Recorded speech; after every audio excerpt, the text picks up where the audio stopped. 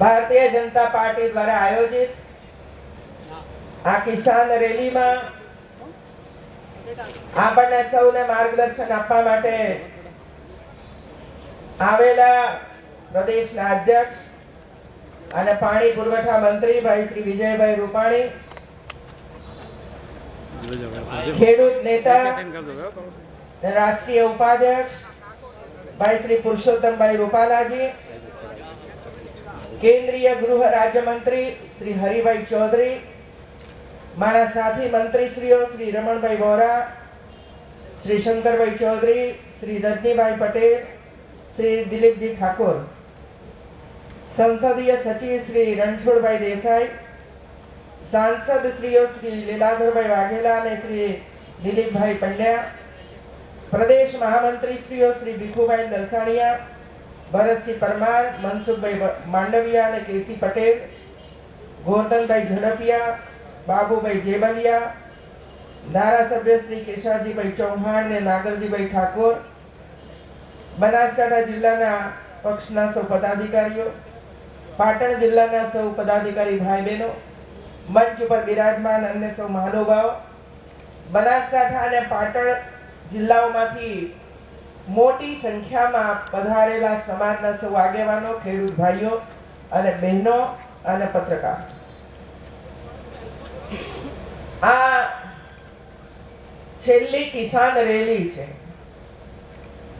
અને તે બનાસકાંઠા અને પાટણ જિલ્લાના ખેડૂત ભાઈઓ અને બહેનો માટેની આ રેલીનું આયોજન થયું છે. લગભગ 15 દિવસ પહેલા પણ આવા જ એક મોટા કાર્યક્રમની અંદર હું આવી હતી. માત્ર એક નાનો કામ, બાબર નગરપાલિકામાં તમે 100% રિઝલ્ટ લઈ આવ્યા હતા.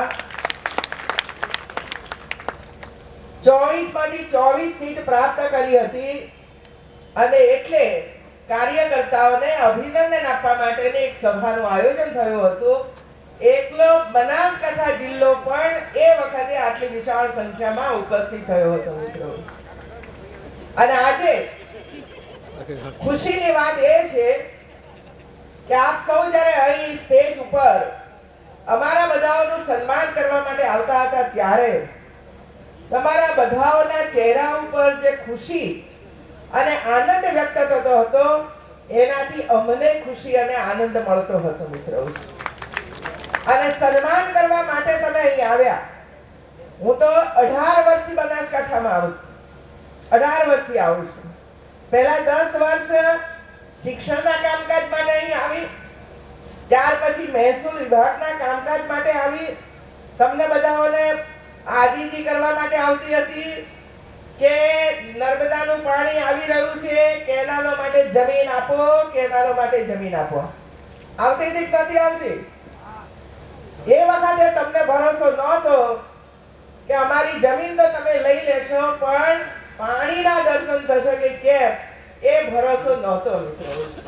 અને એ વખતે પણ આખા બનાસકાંઠા અને પાટણ જિલ્લાની અંદર દરેક તાલુકામાં ગામ ગામ જઈને જમીનનો સંપાદન સર્વસંમતિથી રાજ્ય સરકાર કરે એ હેતુથી તમારી વચ્ચે લગભગ 1.5-2 વર્ષ સુધી હું સતત આવ્યા કરતી હતી. અને ત્યાર પછી નાના મોટા કાર્યક્રમોમાં બનાસકાંઠા હોય કે પાટણ હોય એની અંદર હું આવતી રહી છું મિત્રો. પાટણમાં તો 10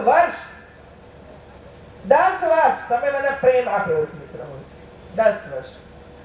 અને એટલે આ બંને જિલ્લાઓની સ્થિતિ શું હતી એની સાક્ષી હું છું જ. અમારા શંકરભાઈ પણ છે અને આ બાજુ બેઠેલા બધા ધારાસભ્યો પણ છે. એક વખતે તો હું પાટણમાં રાધનપુરમાં બરાબર મે મહિનામાં આવી હતી અને ત્યારે શંકરભાઈને કહીને કહી હતી કે હવે તમે મને ઉનાળામાં આ વિસ્તારમાં ના બોલાવતા, કારણ કે ધૂળની ડમરીઓ એટલી બધી ઉડતી હતી અને બધી ડમરીઓ ગરમ ગરમ જ્યારે મોં ઉપર આવે ત્યારે કેટલી ગરમી લાગતી હતી. એક કહેવાવાળી પણ હું જ હતી મિત્રો. આજે આખી સ્થિતિ બદલાઈ ગઈ છે. હું જ્યારે ઉપર હેલિકોપ્ટરમાંથી આવતી હતી ત્યારે અને આજથી 10-15 વર્ષ પહેલા અહીં એક પણ વૃક્ષ જોવા નહોતું મળતું, એક પણ ખેતર લીલું જોવા નહોતું મળતું. એ આજે બનાસકાંઠા હોય કે પાટણ હોય, સર્વત્ર ઉનાળામાં પણ લીલોતરી ધરતી ઉપર જોવા મળે છે. એ બતાવે છે કે હવે ધીરે ધીરે કરીને બનાસકાંઠા અને પાટણ જિલ્લો ખેતીની દ્રષ્ટિએ આગળ વધી રહ્યા છે. એક સમય હતો બહેનો ભાઈઓ કે બનાસકાંઠા શિક્ષણની દ્રષ્ટિએ સૌથી છેલ્લો જિલ્લો હતો. 26 જિલ્લામાં સૌથી છેલ્લામાં છેલ્લો શિક્ષણની દ્રષ્ટિએ આ બનાસકાંઠા જિલ્લો હતો. આપણે બધાએ પ્રયાસ કર્યો મિત્રો, શિક્ષણ માટેનો પ્રયાસ કર્યો અને આપ સૌએ શિક્ષણનું મહત્વ સમજ્યા અને શિક્ષણનું મહત્વ સમજવાને કારણે આપ પણ લાગે કે બાળકોને ભણાવો અને એક સમય 10-12 વર્ષ પછી આપણે ત્યાં આવ્યો.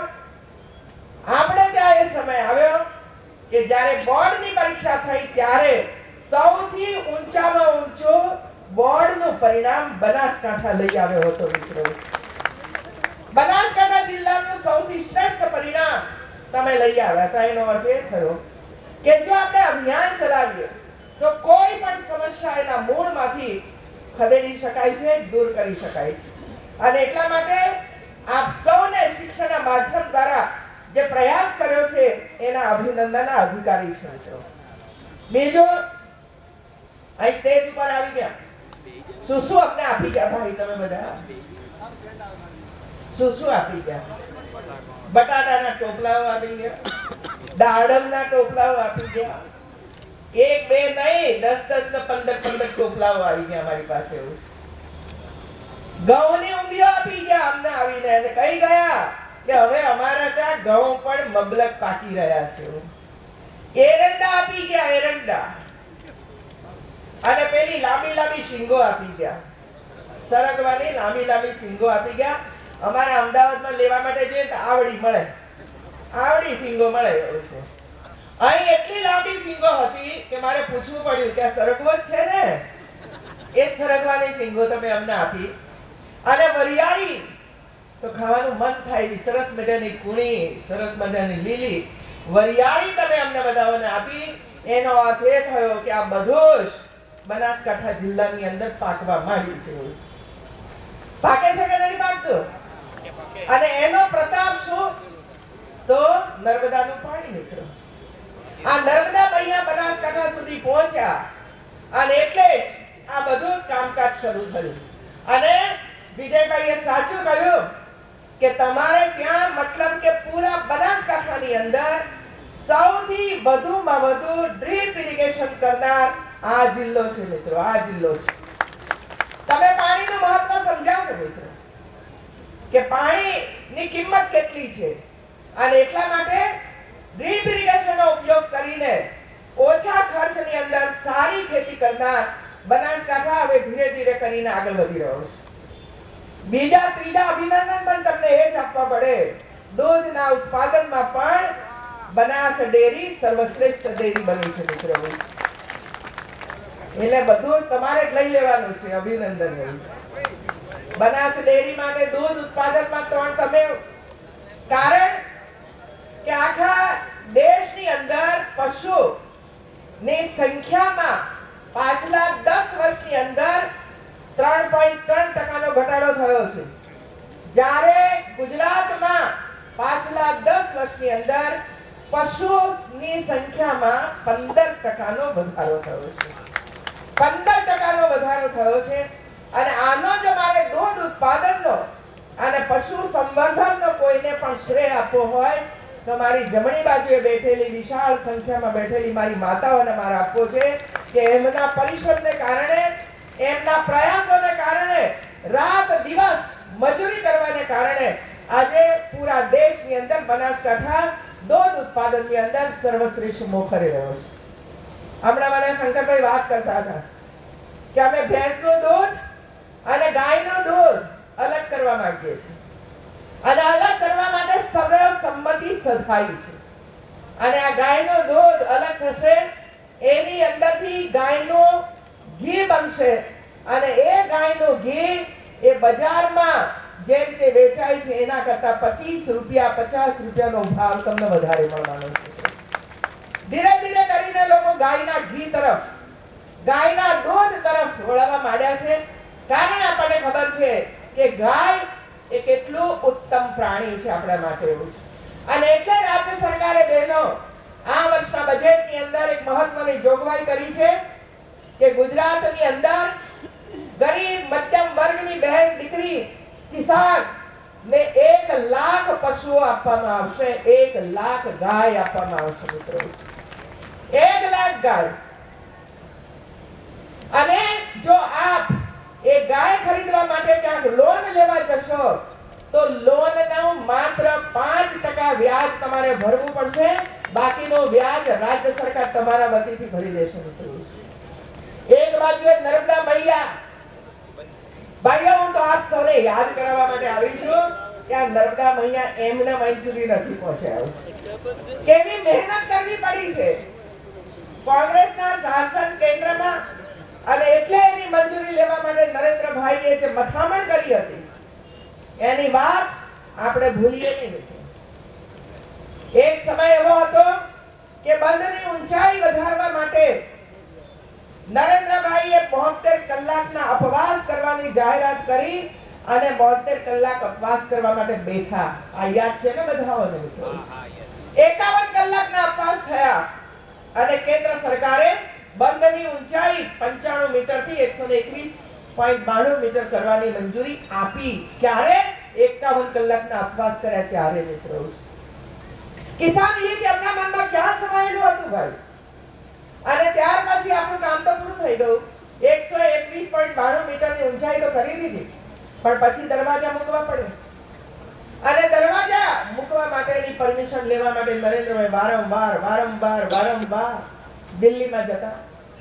ડોક્ટર મનમોહનસિંહ વડાપ્રધાન એમને મળતા, પરંતુ જો બોલે કે ચાલે તદ્દન મૌન ધારણ કરીને બેઠેલા. અને એટલે પરમિશન ન મળે મિત્રો. 7 વર્ષ સુધી 7 વર્ષ સુધી ડેમના દરવાજા મૂકવાની પરમિશન આ યુપીએ સરકારે નહોતી આપી મિત્રો. અને એટલા માટે આપણે સમજીએ કે ખેડૂત હિત કોનામાં સમાયેલું છે. ભારતીય જનતા પાર્ટી ખેડૂતનું હિત સમજે છે અને એના માટે કાર્ય કરે છે. જ્યારે આટલી બધી મથામણ કરી ત્યાં સુધી અંતે પરિણામ શૂન્ય આવ્યું અને ત્યારે આપણને બધાને લાગ્યું કે હવે જ્યાં સુધી નરેન્દ્રભાઈ દેશના વડાપ્રધાન નહીં બને ત્યાં સુધી આપણને ડેમના દરવાજા મૂકવાની પરમિશન નથી મળવાની. અને દેશના લોકોને પણ એમ લાગ્યું, 1.25 કરોડની જનતાને લાગ્યું કે હવે દેશનો ઉદ્ધાર કરવો હોય અને ગુજરાત જે રીતે મોડેલ બન્યું છે એવું મોડેલ આખો દેશ બનાવવો હોય તો હવે નરેન્દ્રભાઈને દેશનું સુકાન સોંપ્યા વગર છૂટકો જ નથી. અને એટલે માટે બધાએ મહેનત કરી. નરેન્દ્રભાઈએ 26મી મેના દિવસે શપથવિધિ ગ્રહણ કરી અને શપથવિધિ ગ્રહણ કરીને જેવા ઓફિસમાં ગયા તો સૌથી પહેલા એમણે નર્મદા ડેમના દરવાજા મૂકવાની ફાઇલ મંગાવી. કે લાવો ભાઈ ફાઇલ કયા કબાટની અંદર ઘુસાડી દીધી છે, કયા ટેબલના ખૂણાની અંદર મૂકી દીધી છે, કયો મંત્રી એના ઉપર બેસી રહ્યો 7 વર્ષ સુધી કે જેથી મારા ગુજરાતના ખેડૂતોને પાણી આપવાની અંદર અમને અડચણો ઊભી કરી. અને નરેન્દ્રભાઈએ માત્ર 17 દિવસમાં એના ઉપર સહી કરી અને આપણે એ જ દિવસે દરવાજા મૂકવા માટેનું ખાતમુહૂર્ત કરવા માટે હું ત્યાં પહોંચી છું. અને આજે હું આપની વચ્ચે કહેવા માટે આવી છું, જે કામ નરેન્દ્રભાઈએ કર્યું એ કામ હવે આપણે પૂરું કરવું પડે. અને એટલે આપણી ટેન્ડરની પ્રક્રિયા બધી પૂર્ણ કરીને કામ શરૂ કર્યું. 2017 સપ્ટેમ્બરમાં ડેમના દરવાજા મૂકવાનું કામકાજ આપણે પૂર્ણ કરવા માટેનું આયોજન કર્યું હતું. આજે હું કહીશ તમને કે ડેમના જેટલા 29 પિયર્સ એટલે થાંભલા માની લો 29 પિયર્સ એનું કામ પૂરું કરી દીધું મિત્રો. આપણે એના ઉપર સ્લેબ ભરવાના 30 સ્લેબ નું કામ આપણે પૂર્ણ કરી દીધું. ત્યાર પછી ગેટ મૂકવાનું કામ શરૂ થયું. આજે 22 રેડિયલ ગેટ મૂકવાની શરૂઆત થઈ છે અને 2016 જૂનમાં આપણે 22 રેડિયલ ગેટનું મૂકવાનું કામ પૂરું કરી દઈશું મિત્રો, પૂરું કરી દઈશું. બાકીના વધ્યા 8. એ 8 રેડિયલ ગેટ એ 2017 માર્ચ સુધીમાં, મતલબ કે આવતા માર્ચ સુધીમાં 30 રેડિયલ ગેટનું કામ આપણે પૂર્ણ કરી દઈશું અને ત્યાર પછી ચોમાસાનું પાણી ભરાશે સાહેબ. જોજો કેટલું પાણી આવે છે તમારે ત્યાં. અને ત્યારે જઈને વાવમાં પાણી પહોંચ્યું છે અને ત્યારે વાવના પેલા ભાઈઓ આવીને કહી ગયા કે અમે વાવના છીએ, નર્મદાજી આવ્યા અને એટલા માટે અમે આ બધું તમને આપવા માટે આવ્યા છીએ. હું તો ભગવાનને પ્રાર્થના કરું છું કે એટલું પાણી તમને બધાને મળે કે આ અનાજ ક્યાં મૂકવું એ મોટો પ્રશ્ન ઊભો થાય આપણા માટે. ક્યાં મૂકવું? સુખી ને સમૃદ્ધ આપણો કિસાન બને એના માટે હર હંમેશ ભારતીય જનતા પાર્ટીની સરકાર કામ કરતી રહી છે મિત્રો. બીજું પાણી આવ્યું અહીં સુધી, કેનાલ મારફતે પાણી આવ્યું. પીવાનું પાણી માટે રાજ્ય સરકારે મથામણ કરી છે. મારે તમને વાત કરવી છે મિત્રો. કોઈ પણ કામ એકદમ સહેલાઈથી પૂરું નથી થતું મિત્રો. એના માટે ખૂબ પરિશ્રમ કરવો પડે છે, આયોજન કરવું પડે છે, પૈસાની વ્યવસ્થા, રૂપિયાની વ્યવસ્થા કરવી પડે છે અને સમય મર્યાદામાં પૂર્ણ થાય એના માટે સતત મોનિટરિંગ અને સમીક્ષા કરવી પડતી હોય છે. આ પીવાનું પાણી પહોંચાડવા માટે નરેન્દ્રભાઈએ નક્કી કર્યું કે ભાઈ મારે તો બધે પીવાનું પાણી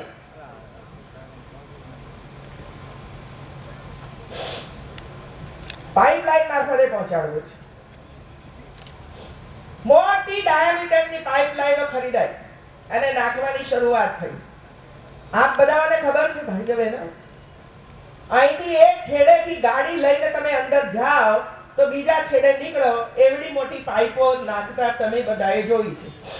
હવે બન્યું એવું, કોંગ્રેસના નેતાઓને લાગ્યું કે આ કામ થવાનું નથી અને એટલે આ કોંગ્રેસીઓ બોલતા હતા કે આ મોદી સરકાર આવડી મોટી પાઇપો નાખીને ખોટા ખર્ચા કરે છે, એમાં કોઈ પાણી આવવાનું નથી.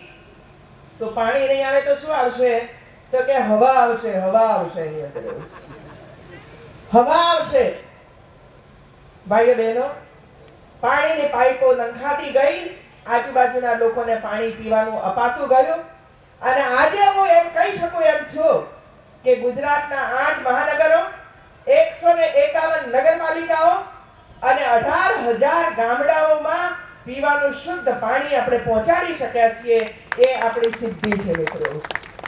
અને એટલા માટે કોંગ્રેસ બોલતી હતી કે હવા નીકળી જશે, હવા નીકળી જશે, પણ ગુજરાતની 6 કરોડની પ્રજાએ હવાના બદલામાં પાણી જોયું. એટલે 2007 અને 2012 ની ચૂંટણીમાં કોંગ્રેસની હવા કાઢી નાખી કે તમે જ ભેચાવો. આઝાદીના આટલા વર્ષો સુધી તમે પાણી ના આપી શક્યા, આઝાદીના આટલા વર્ષો સુધી તમે રોડ રસ્તાઓ ના આપી શક્યા, આઝાદીના આટલા દિવસો પછી તમે રસ્તાઓની વ્યવસ્થાઓ ન કરી શક્યા, તો તમારે અહીં સત્તામાં રહેવાનું શું કારણ છે? અને એટલા માટે ભાઈઓ બહેનો, જે પાણીની દિશાની અંદર કામ થયું છે એ હું એટલા માટે એની કમ્પેરિઝન કરું છું કે આપણે ચાઇનાની દિવાલ વિશે વાત કરતા હોઈએ છીએ કે ચાઇનાની દિવાલ 8,800 કિલોમીટર લાંબી છે અને દુનિયાની અજાયબી ગણાય છે. દુનિયાની 7 અજાયબીઓ એમાં ચાઇનાની દિવાલ ગણાય છે મિત્રો. લંબાઈ કેટલી? 8,800 કિલોમીટર. ત્યાર પછી બીજી એક લંબાઈ ગણવામાં આવે છે રેલવે. રેલવેના પાટા કેટલા છે, રેલવે કેટલી છે આખા દેશમાં? અંગ્રેજો 150 વર્ષ રહ્યા, કોંગ્રેસ 60 વર્ષ રહી, તો 200 વર્ષના ગાળાની અંદર આખા દેશની અંદર 1,15,000 કિલોમીટરની રેલવે લાઈન છે. 1,15,000 કિલોમીટરની રેલવે લાઈન છે. આપણા નરેન્દ્રભાઈ મોદી સાહેબે છેલ્લા 10-12 વર્ષની અંદર ગુજરાતની અંદર પાણીની જે પાઇપલાઈનો નાખી એની લંબાઈ 1,25,000 કિલોમીટર છે મિત્રો. 1,25,000 કિલોમીટર. જો 8,800 કિલોમીટર લાંબી ચાઇનાની દિવાલને જો વિશ્વની અજાયબી કહેવામાં આવે તો 1,25,000 કિલોમીટર લંબાઈ ધરાવતી પાણીનું નેટવર્ક એ શું વિશ્વની અજાયબીમાં ન મૂકી શકાય મિત્રો? મૂકી શકાય કે ના મૂકી શકાય?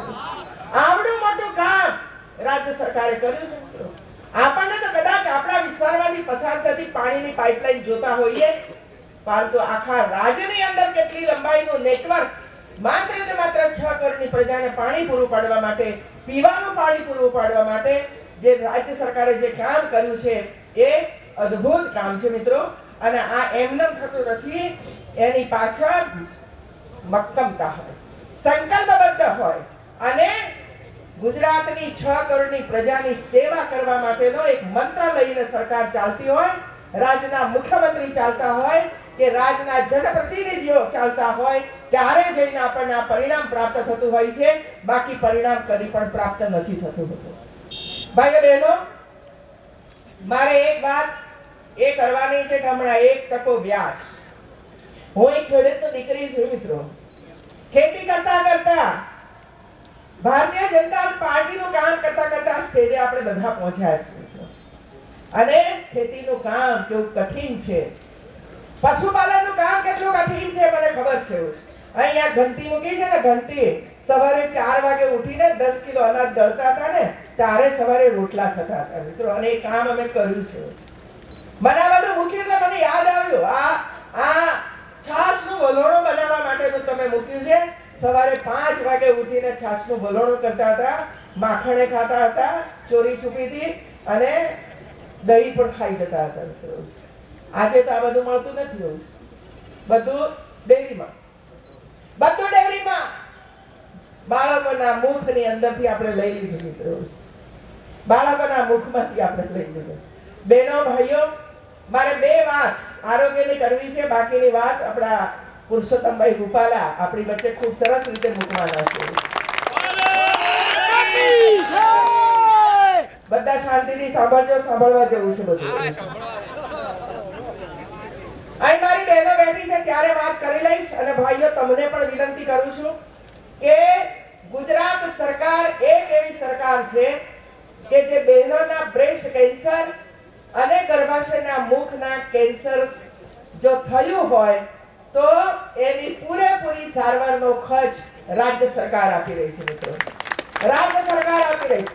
આપ પાણી માંગો છો, રોડ માંગો છો, આપ શિક્ષણમાં શાળા માંગો છો, પણ કોઈ દિવસ એ કહેવા ન આવ્યા કે ભાઈ અમારી બહેનોને કેન્સર થાય છે, એના માટે આનંદીબેન તમે કંઈક કરો. પણ એ કોઈએ મને કહ્યું નથી. મને લાગ્યું કે આ એક મહિલા મુખ્યમંત્રી હોવાને કારણે ગુજરાતની માતા તંદુરસ્ત રહે, અને ગુજરાતની માતા તંદુરસ્ત હશે તો મારા બાળકો પણ તંદુરસ્ત હશે. અને એટલા માટે મેં નિર્ણય કર્યો, આપણી સરકારે નિર્ણય કર્યો કે ગુજરાતની કોઈ પણ બેન નજીકના સેન્ટર ઉપર જાય, પીએસસી સીએસસી સેન્ટર ઉપર, ત્યાં જઈને એનું ચેકિંગ કરાવી લે. અને જો તમને કેન્સર નીકળશે, ડોક્ટર કહે છે કે કેન્સરની શરૂઆત છે અથવા તો વધ્યું છે, ત્યારે નજીકની સરકારી હોસ્પિટલમાં તમને લઈ જવામાં આવશે અને ત્યાં તમામ ખર્ચ રાજ્ય સરકાર ભોગવશે. તમારે 1 પણ રૂપિયાનું બિલ કોઈ પણ હોસ્પિટલમાં આપવું નહીં પડે, એવી વ્યવસ્થા આપણી સરકારે કરી છે લોકો. અને અત્યાર સુધીમાં લગભગ 70 લાખ બહેનો હોસ્પિટલમાં પહોંચી છે ભાઈઓ. તમારે ત્યાં પણ જો બેન ના ગઈ હોય તો મારી આજે નમ્ર વિનંતી છે કે જઈને બેનને કહેજો કે જાઓ તમે પણ જઈને તમારું ચેકિંગ કરાવી લો. 900 બહેનોને કેન્સર નીકળ્યું, એમને ખબર જ નહોતી કે અમને કેન્સરની શરૂઆત થઈ છે. અને આ 900 બહેનોની સારવાર સરકારી હોસ્પિટલની અંદર ચાલુ થઈ ગઈ છે મિત્રો. તો આ એક મારી વિનંતી છે, કોઈ પણ બહેનને મરે કેન્સરમાં એ મને પાલવે નહીં ભાઈઓ. અને એનું કારણ એ છે, ઘરમાંથી 30-35 વર્ષની ઉંમરની એક બેન 2 બાળકોની માતા જો ચાલી જાય તો એ બાળકોનું શું? બાળકોની સાર સંભાળ કોણ રાખશે મિત્રો? એને સંસ્કાર આપવાનું કામ કોણ કરશે? આખા પરિવારની સેવા શુશ્રૂષા ધ્યાન રાખવાની જવાબદારી, પશુઓનું પાલન કરવાની જવાબદારી જ્યારે માતામાં ઉઠાવી રહી છે, ત્યારે માતા સ્વસ્થ રહે એના માટેનો અમારો આ અભિગમ છે. અને એટલા માટે આપણે બધા જ બહુ ગંભીરતાપૂર્વક કેન્સરની સામે ઝઝૂમીએ. અને આપણા રાજ્યની અંદરથી કેન્સરગ્રસ્ત એક પણ બેન કે ભાઈ ન હોય એની ચિંતા કરીએ મિત્રો. અને બીજું, ખેતીવાડી તો આપણે કરતા રહીએ, વ્યવસાય પણ કરતા રહીશું, પૈસા પણ કમાઈશું, બેંક બેલેન્સ પણ વધારે ને વધારે થતું જશે અને બેંકની ચોપડીમાં રોજ જોઈશું કે 15,000 વધ્યા, 20,000 વધ્યા, 30,000 વધ્યા.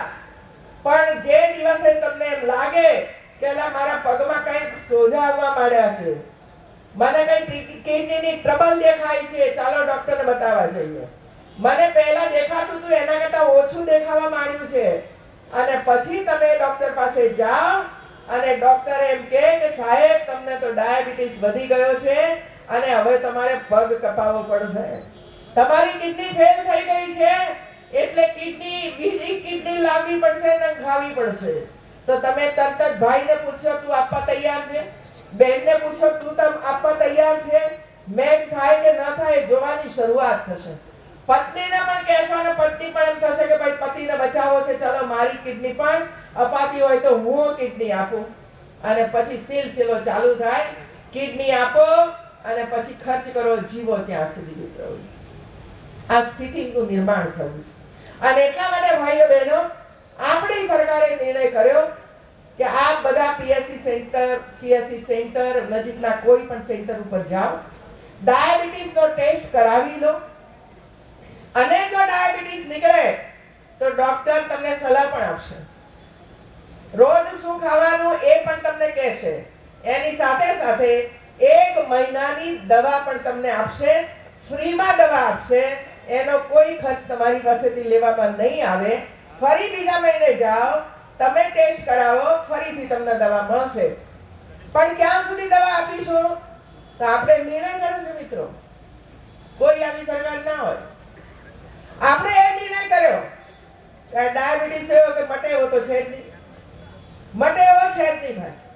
અને એટલે આવા ડાયાબિટીસના રોગને નિયંત્રણમાં લાવવા માટે યોગા કરો, વોકિંગ કરો, દવાઓ લો, તો એ નિયંત્રણમાં આવી શકે છે.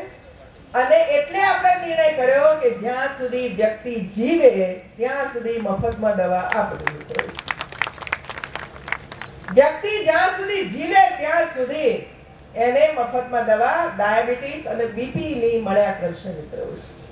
તો આ બધા ભાઈઓ બહેનો જ્યારે પધાર્યા છે ત્યારે અને કિસાન માટે જે જોગવાઈઓ કેન્દ્ર સરકારે અને રાજ્ય સરકારે કરી છે, નરેન્દ્રભાઈએ તો ફસલ વીમા યોજનાની વાત કરશે મિત્રો, પરંતુ આ બધી યોજનાઓ ઘર ઘર સુધી પહોંચે, દરેક ખેડૂતની સુધી પહોંચે, એના માટેનો અમારો આ એક નમ્ર પ્રયાસ છે. આપણને ખબર નથી હોતી કે આ યોજનાઓ છે એનો લાભ નથી લઈ શકતા, અને એને કારણે આપણને તકલીફ પડે છે કે મારા માટે આ સરકાર કાંઈ કરતી નથી, એવો એક મન બની જાય છે. ભાઈઓ બહેનો, તમારી પાસે પુસ્તિકાઓ બધી જ આપવામાં આવી છે, જેની અંદર મોટા ભાગની યોજનાઓ એની અંદર મૂકવામાં આવી છે. આપ પણ એનો લાભ લો, પડોશમાં પણ એનો લાભ અપાવો, અને રાજ્ય સરકારનું બધું બજેટ વપરાય 1 વર્ષની અંદર, ત્યાં સુધી આપણે મથામણ કરતા રહીએ. આપ સૌએ અમારું સૌનું ભવ્ય સ્વાગત સન્માન કર્યું છે બદલ આપ સૌનો હું હૃદયપૂર્વકનો આભાર વ્યક્ત કરું છું. અને સતત બનાસકાંઠા જિલ્લો શ્રેષ્ઠતાના શિખરો સર કરતો રહે એ પ્રકારનું વાતાવરણ આપણે બનાવીએ, અને સૌનો સાથ, સૌના વિકાસના એક મંત્ર સાથે આપણે આપણા ગુજરાતને દેશનું એક મોડેલ શ્રેષ્ઠ રાજ્ય બનાવીને નરેન્દ્રભાઈને આપીએ, એ જ અભ્યર્થના. જય જય ગરવી ગુજરાત, જય જય ગરવી ગુજરાત.